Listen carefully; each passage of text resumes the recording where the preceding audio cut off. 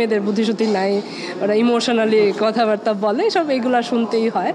তো এইখান থেকে আরেকটা হচ্ছে সম্পর্ক খারাপ হয়ে যায় সারা জীবনের জন্য, আপনাকে দেখলে মুখ ঘুরে নেবে।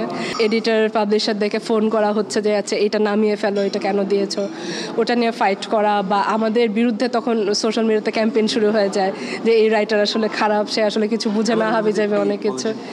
হ্যাঁ পেইড, হ্যাঁ কারোর কাছ থেকে টাকা খেয়ে করেছে, এইসব এই টাইপের জিনিস শুনতে হয়। ও আর মেয়ে হিসাবে তো আরও বলে যে মেয়েদের বুদ্ধিশুদ্ধি নাই, ওরা ইমোশনালি কথাবার্তা বলে, সব এইগুলো শুনতেই হয়।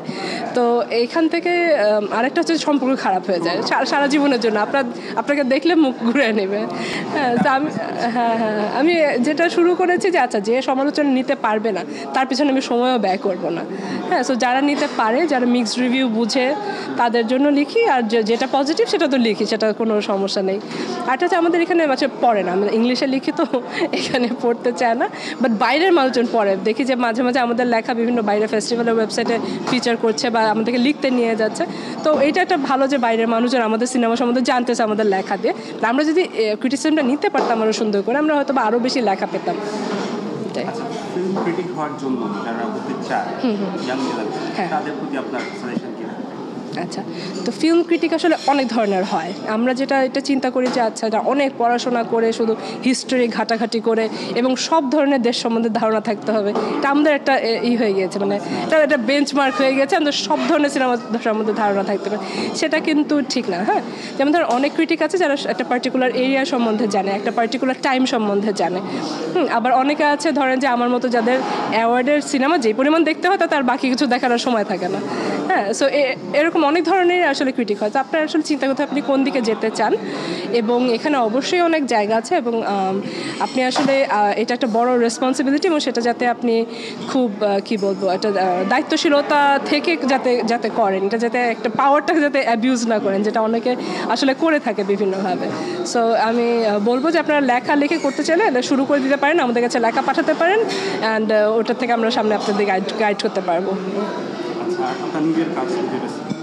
আচ্ছা, আমি এখন লেখালেখি তো আছেই, তার উপরে হচ্ছে সিনেমা লিখছি কিছু।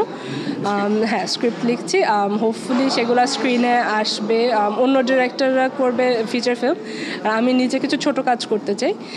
আর এই তো আরও কিছু একটু সিনেমাটাকে ডিসেন্ট্রালাইজ করার জন্য আমার কয়েকটা আছে, চিন্তাভাবনা আছে, যেটা হয়তো বা খুব শীঘ্রই জানাতে পারবো। আচ্ছা, তো অনেক ফেস্টিভ্যালতে গেলাম গত বছর। এটা যদি বলি, গত বছর আমি গিয়েছি ক্যানে গিয়েছি, আর হচ্ছে তেহরানে গিয়েছি।